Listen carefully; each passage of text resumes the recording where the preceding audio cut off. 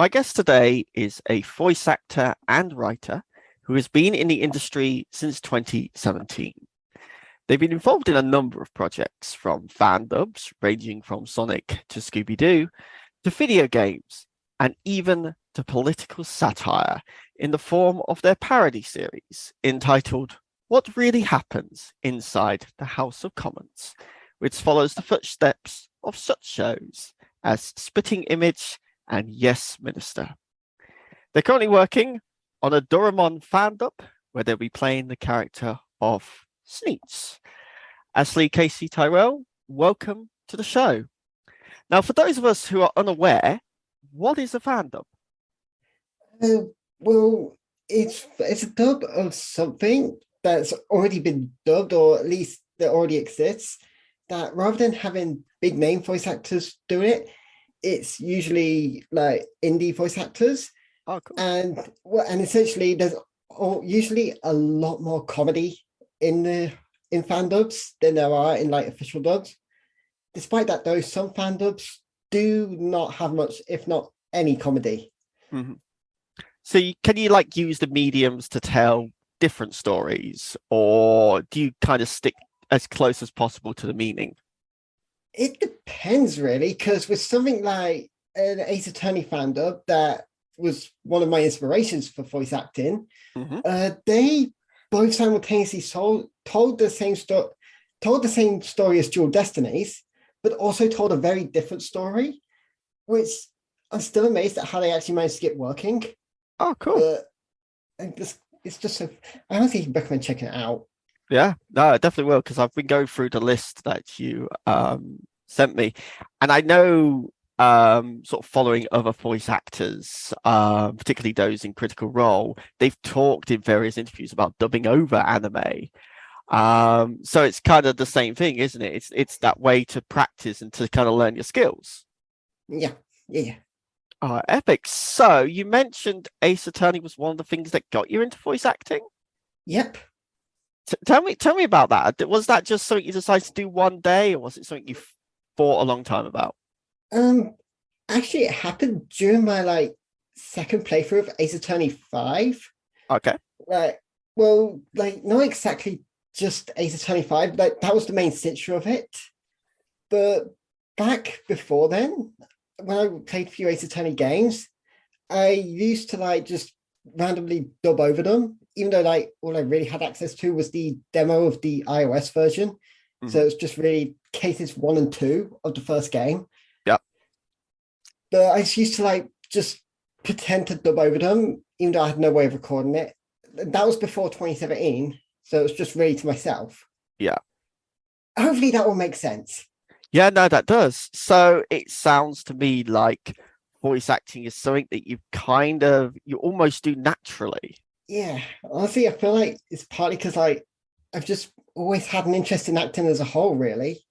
Can you point to a specific time where that interest started? Well, I'd probably say late 2017 with a college project. Tell me about that project. Well, because it was a college project, not A, wasn't even really allowed to release it online, and B, at this point it's lost to time.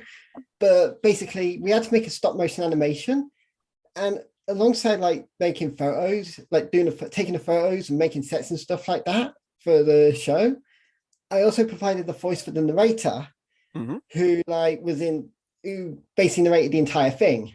And well, where I recorded it was a very bad idea, but at the time I knew jack shit about voice acting. We got to start somewhere though. What course were you doing? Digital tech. Digital tech. What is that? Well, digital media to be more specific, but basically it's both computer software, so stuff and how to maintain a computer, but also some more of the creative side of it. So game development and animation, as previously mentioned, and stuff like that. Oh, epic. Sounds like it's a well-rounded course then. Yeah, honestly, I still have my knowledge of, I still know how to make a 2D game in Unity, even though it's been years, even though it's been a good few years since I've done it. Yeah. So we mentioned there, like sort of that project on your course that sort of was one of the catalysts. But were there anyone that sort of inspired you to go into voice acting? Mike Pollock, definitely, hands down. I don't know that name. So do you want to tell me a bit about him?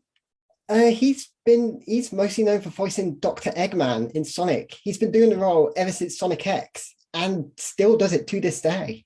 Can you give us a number? Like how many years has that been since Sonic X? 19. 19 years. So the same role for 19 years and inspired you to sort of get going. Was it like his performances or his demeanor or can you point to like a specific? Honestly, I'd probably say his performance as Eggman in the Sonic Boom TV show. Mhm. Like, I used to watch that quite a bit back when we used to get Sky. And Eggman just, like, he's just so funny in the show. And he's just such a fun character as well as a whole. And while I can't do the Mike Pollock Eggman voice, I can sort of do a Dean Bristow Eggman voice, who was the actor before him. Okay. Yeah, that sounds pretty cool. I must admit, I am very new to I know very little about the voice acting world. So if I do ask questions that sound really stupid, just bear with me. No worries. So we also talked in our private messages about pastimes, voice acting pastimes. And you told me what they were, but can you explain what they are for our listeners? Going back to the Ace Attorney thing, when I'm playing through an Ace Attorney game, I just like to put my own voice on the character, like on the characters, even if they have their own voices. Because most of the time in Ace Attorney, like the character, there's like really only dialogue during like actual major story twists and product and stuff like the major story moments now. Well, at least it's more than there was before Ace Attorney 4. Yeah. Where there was literally just voice clips of like objection, take that, hold it, and stuff like that. But also with something like with other murder mysteries, like Danganronpa, for example, like half of each chapter in that is not voiced. The other half is. So I usually just try to pretend to dub over the half that isn't voiced, if all of that makes sense. Yeah, no, that makes perfect sense. Sort of like muting a piece of media and then sort of filling in the words kind of for them. It sounds like that's almost great practice for voice acting. Oh, it is. It is. So could that be a possible route in for somebody who is literally just starting out in voice acting to just sort of dub over other creations? Oh yeah, that is definitely a great method of practicing. Mm-hmm. We also talked that there were also different exercises that one could do. Have you got a particular favorite? Well, I'm getting ready to record some lines. Well, there's 3 preparations I like to make. A, have a Granny Smith apple. I don't know the science behind it, but it basically does stuff to clear stuff in the throat, which makes the voice sound more clearer. An apple? B, yeah, a Granny Smith apple to be more specific. Okay. B, have some lukewarm water nearby, which does something similar. I don't know the science behind all this, so you probably have to look it up yourself. And C, just put on a random song and make random mouth noises to the tune of said song. Oh, fair dues. So they all kind of part of your preparation to record. Yeah. I'm assuming you don't just rock up to the mic and speak. Oh, that would make things a lot easier and quicker, but no, I don't do that. Fair enough. So I'm also imagining with voice acting in the voice acting industry that there's lots of different kind of routes and different fields that one could go in. I know in the links that you provided with me, I also saw that you take commissions. I didn't realize that was a thing. Do you want to tell me a bit about that? Basically, have you heard of art commissions and writing commissions? Yep. Basically, it's the same as those, just with voice acting instead of being commissioned to write something or being commissioned to draw something. you're being commissioned to act in someone's lines. Okay. That I didn't realize that was a thing, because I always assumed there was like this kind of mysterious process behind getting on a project. Sort of like, because I did performing arts when I was 16, and I'm used to that world of auditions. So Oh, there are auditions with voice act. Like, it's a lot more accessible and easier to get into now than it was 10 years ago. Mhm. Because like we've got places like Twitter, Casting Call Club, Voice Actors League, and so many others that host public casting calls that can be accessed by literally anyone. That sounds like that's a great thing for the industry then, getting more voices in, more diverse voices.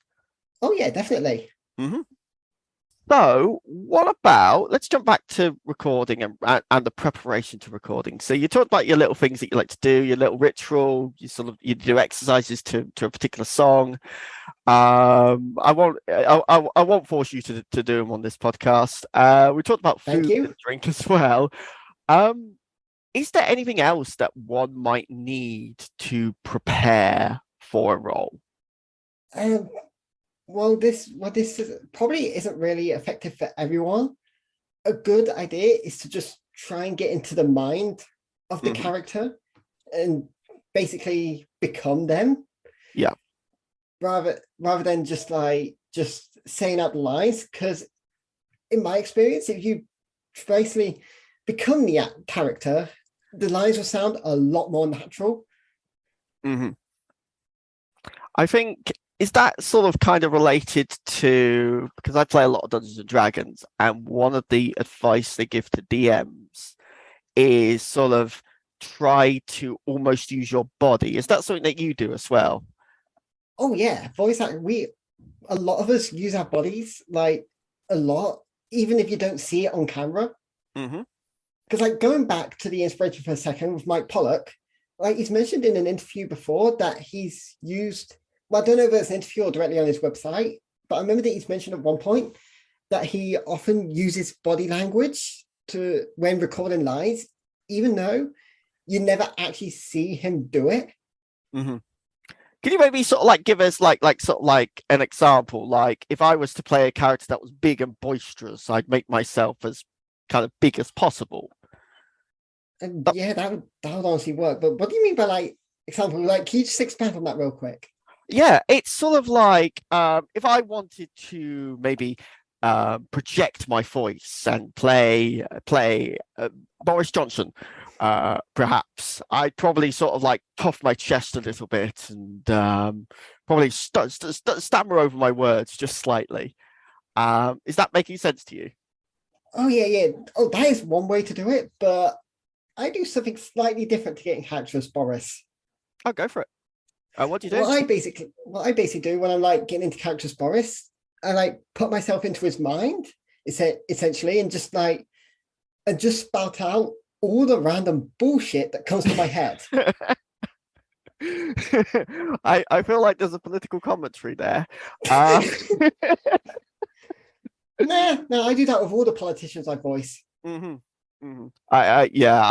think a lot of people would agree with you on that assessment, regardless of what side of the house they're on.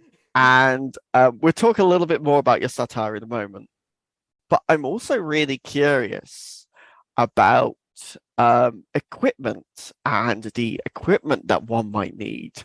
Like, can you get started with really little, or do you need to have somewhat of an investment? Oh, you could get started with really little. Like when I started properly doing voice acting, I started with a gaming headset. Yeah, I don't remember the model of it, but I do remember it was a Kotoin. Yeah. So yeah, I started with you continue.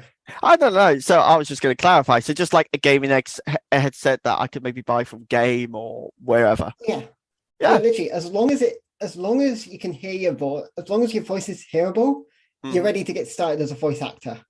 Nice, epic. So from all that I'm hearing, it sounds like voice acting as an industry is becoming more accessible for everyone. Oh yeah, definitely. Like it's a lot. I feel like part of that is due to COVID and the lockdown and when everything just went remote. All right, tell me a bit about that. Tell me what happened during COVID. Basically, I feel like, well, with voice acting and COVID, like everything was remote and people were recording from home. But that also opened the floodgates to allow a lot more indie and newer voice actors into the industry and ways to actually like properly get into it. Like, sure, Nice. there had been other ways before, but it hadn't been as easy as it has been now. Like, it is now more easier than ever before to get into voice acting. That sounds like that's great for the industry, great for the business, and great for voice actors and people running projects. Oh, it is. Although Funimation and Crunchyroll, honestly, right now, the less said about them, the better. Is that something you want to go into, or shall we leave that by the side? Uh, Leave it by the side. I'm sure It another is. one will probably want to get into it. Like another voice actor if you interview anymore. Like, Yeah, fair enough. ways to get into it. Fair enough. So obviously now I can hear your voice. You're obviously not using that gaming headset anymore. Oh no. Tell me about the equipment that you use. Well, now I use a AT2020 XLR microphone with fully equipped with interface and like and a like little. I still can't remember what the name of it is, but those protective sound thingies that like can bend. I don't know what the name of them are. Are they the like sort of like look like a big circle that go in front of the It looks mic? like a semicircle that go behind the mic. Okay. If you find out what that is, let me know and I can edit in a sort of a postscript, if you will. Future Tom here. We found out they're called isolation shields. So remind me, what's the name of that mic again? AT2020, the XLR model. So is that something that's like really affordable or is it really expensive, if you don't mind me asking? Well, the microphone itself, that only cost me around £88, but this other stuff like the interface and the stand and like the audio thingy, that the sound thingy I can't remember the name of, like altogether, this whole setup cost me around £200. Okay, so that's not too bad. Nah, yeah, but not really. And plus, if you have a look at like the prices of some like studio quality microphones, it's damn cheap. It's like those can go often £2,000-3,000. Wow. Yeah. That's a lot. Yeah, and I That's don't more than my really ever car. see my and plus those microphones are really only ever intended to be used in proper professional studios and not in homes. Yeah. Fair enough. Fair enough. Yeah, so I imagine you mentioned working from home. You work from home for your voice acting. Yeah. Do you want to tell me sort of like a bit about that? Like how do you stop like housemates and family just barging in? Because I know I would do that to my siblings just to annoy them.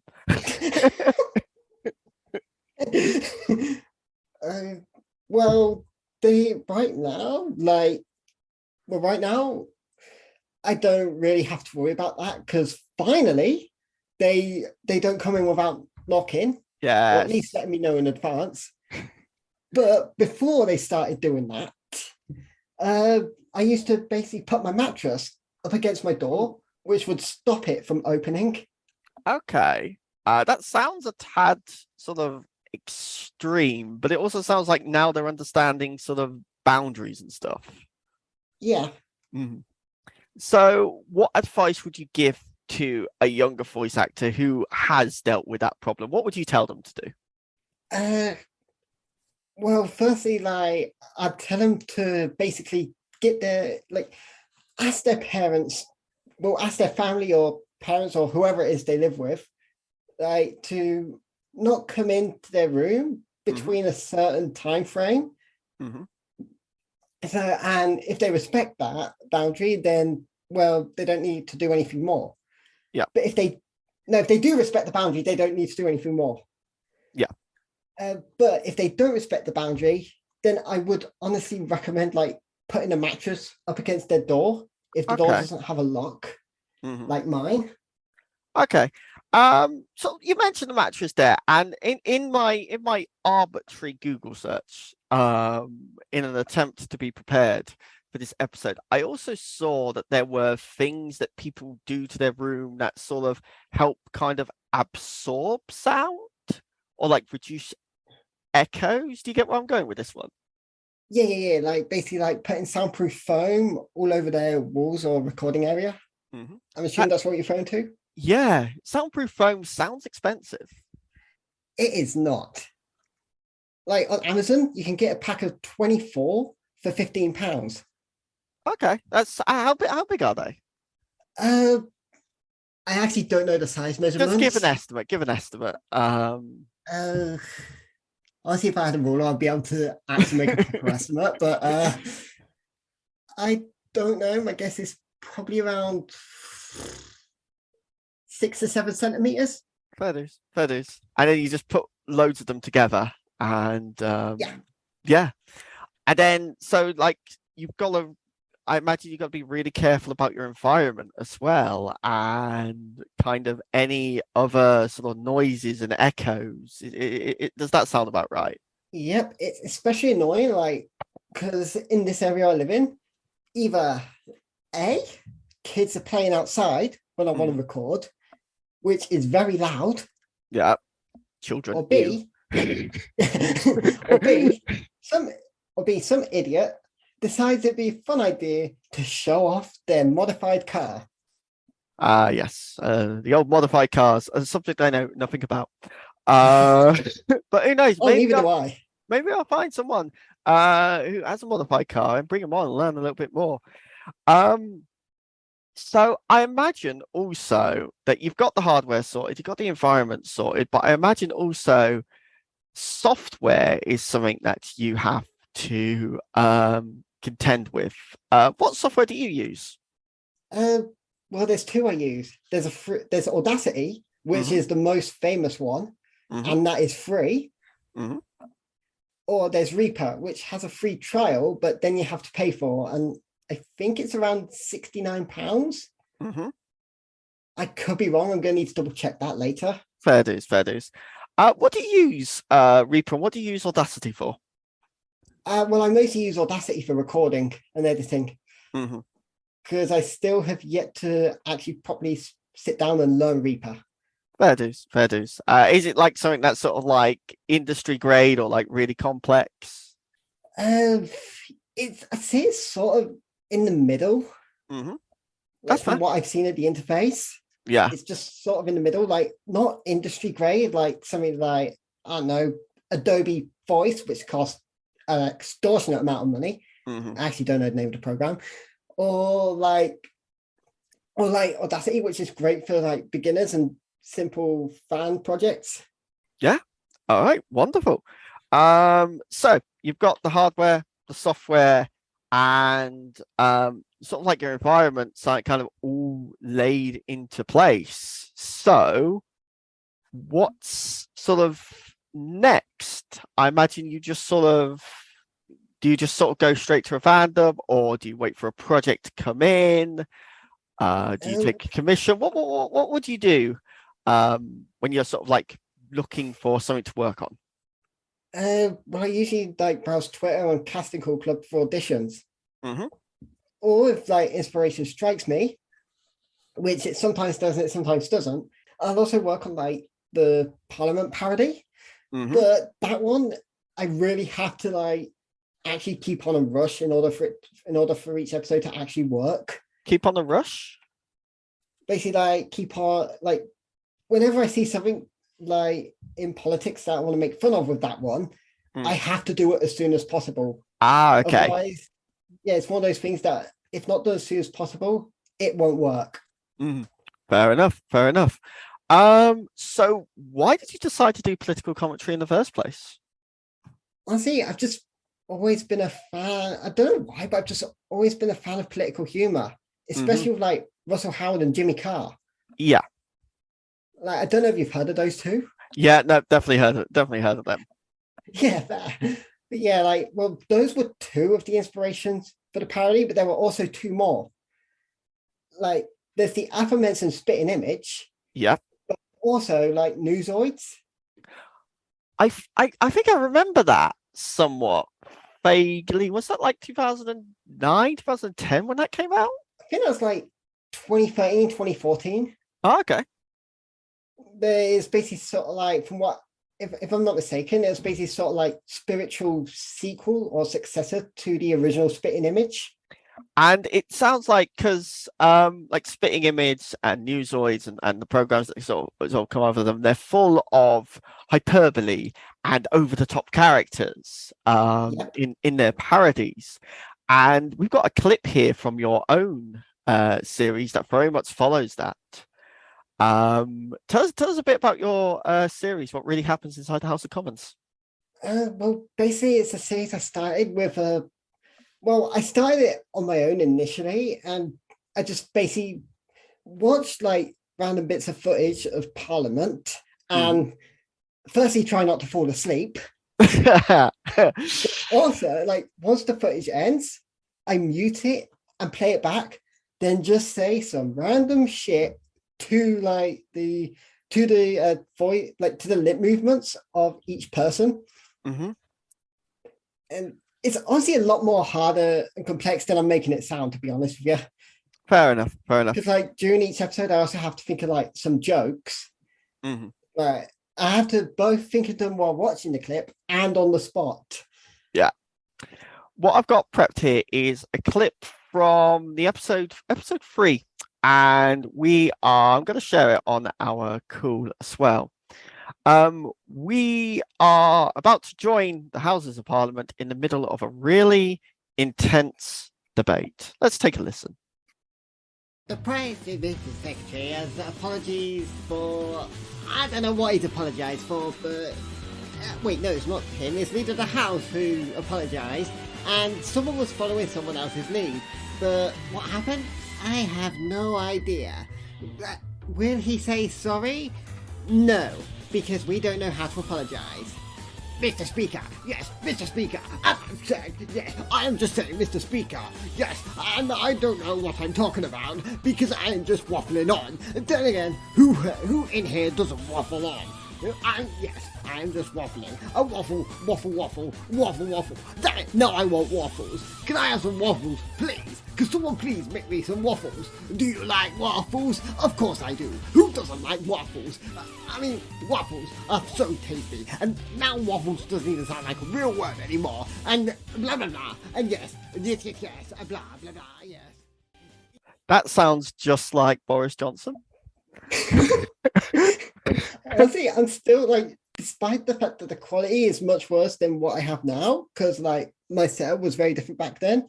Yeah, I am still proud of that waffle sit bit. Mm-hmm.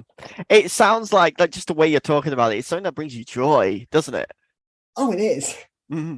And I think also, obviously this is an audio podcast, but the video we'll be watching is very much dubbing over the Houses of Commons, like actual Parliament footage that we talked about earlier on, fan dubs. It's the same kind of thing, maybe. Yeah, just like it's like fan dubs. That Parliament parody really caters to a specific audience, rather than like a whole general audience. Yeah, do you want to tell me about the audience that you cater for with your parodies? Honestly, the audience I cater for, like really, with that, it's just whoever finds it funny. Really, yeah. I don't really cater to anyone specific, and if people take that seriously, then that's all on them. Because at the start of every episode, there's a warning that it's just a parody. It's intended for laughs, and nothing in the videos express my actual political views. Mm-hmm. I think also though the things that like sort of like Spitting Image and Newsoids, Jimmy Carr, Russell Howard, and your own parody do as well, is they sort of make politics more accessible. They kind of cut through all of the noise to deliver what is the core message of what's happening in the country, don't you think? Oh yeah, definitely. Mm-hmm. All right, so obviously that's just one of the projects that you have been working on. What other projects do you have right now that you could possibly talk about? Well, there's like the Doraemon fandom, which you briefly mentioned like right at the start, Yep. that I played a character Sneechin, and it's one of those like projects that's close to my heart because back in the mid 2010s, like when I was just getting into voice acting, I kind of watched Doraemon a lot, like, and it just basically became a comfort show for me. Yeah. So, like, although it's not official, to give something back to that franchise honestly means a lot. Oh, that's wonderful. Can you tell us what Doraemon is? It's basically it's basically an anime which focuses on the misadventures of like a group of kids and their time traveling cat. Well, not just time traveling, but like, well, it does a lot of stuff basically. Yeah. And the basic each episode's like they're only 5 minutes long, and each episode is pretty chaotic. Yeah. Really, really chaotic. What else can you talk about? Because obviously I know you've got projects in the pipeline that you have to keep very, very quiet. But what's a project that you'd love to highlight on this show? There's also another one which has a pilot out, but I'm not in it, but I am in it from episode 2 onwards. Can you tell us about that? And that's an original show called Galaxy Rivals. Okay. And episode 2 has its trailer out, which I won't lie, I've been vibing to the music a lot lately. Mm-hmm. And basically, like and I cannot say much about that one without like possibly breaking any basically I haven't got permission to say whole lot about that one. Let's move away from that one just for a moment. I'm sure you can, however, you can sort of plug where we can find it. Oh, definitely. Where would we find it? Jahil Lali's YouTube channel. Mm-hmm. Like that's got the pilot on there and the trailer for episode 2. Wonderful. And we've also got your own channel as well that we can talk about. Your YouTube channel, Ashley Tyrrell VA. Yep. That one can get to and find your projects. All right. Sorry, you go.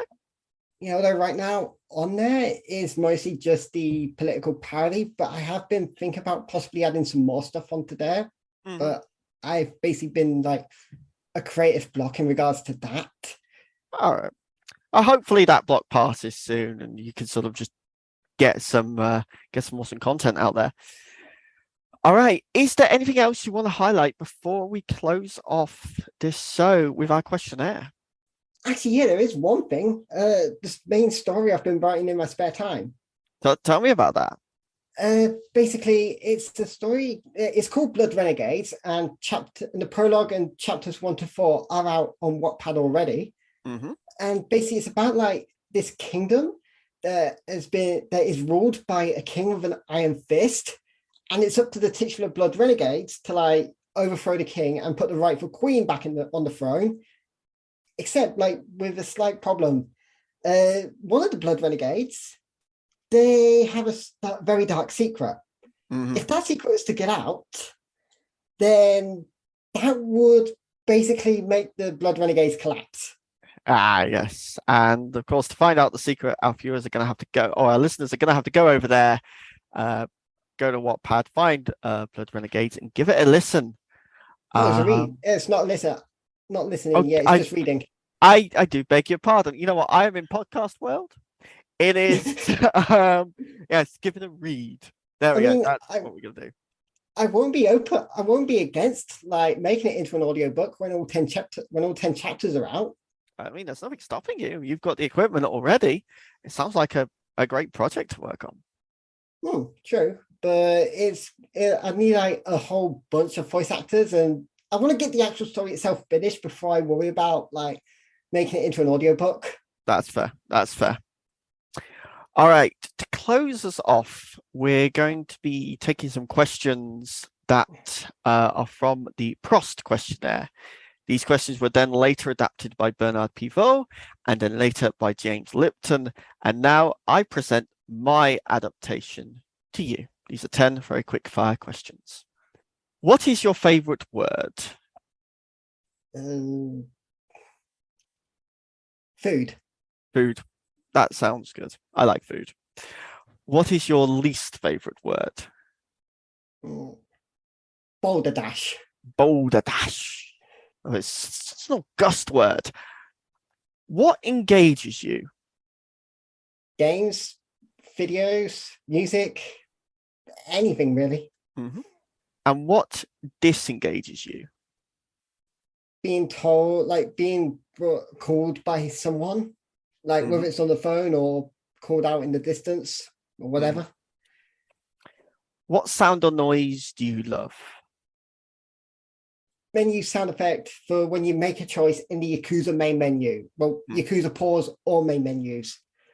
It sounds like music and noise is something that's very important to you. Yes. What sound or noise do you hate? That really high-pitched noise that like you can't hear if you're over a certain age. Do you want to go into detail about that? It's hard to describe it, but basically, like if you're over a certain age, like I think it's like 25 to cut off. If you're under like a certain age, there's a noise that sometimes you hear that's just really annoying and distracting. All right. What is your favorite curse word? Fuck. What profession other than your own would you like to attempt? Damn, never really thought about that one. Game dev. What profession would you not like to do? Police. If you could say only one statement to any one person, what would that statement be and who would that person be? To teenage me, it'd be something like ignore everyone who hates you, ignore like all those people who give you shit for what you want to do. Just focus on you and yourself, and like just focus on what you want to do, and you'll do amazing things.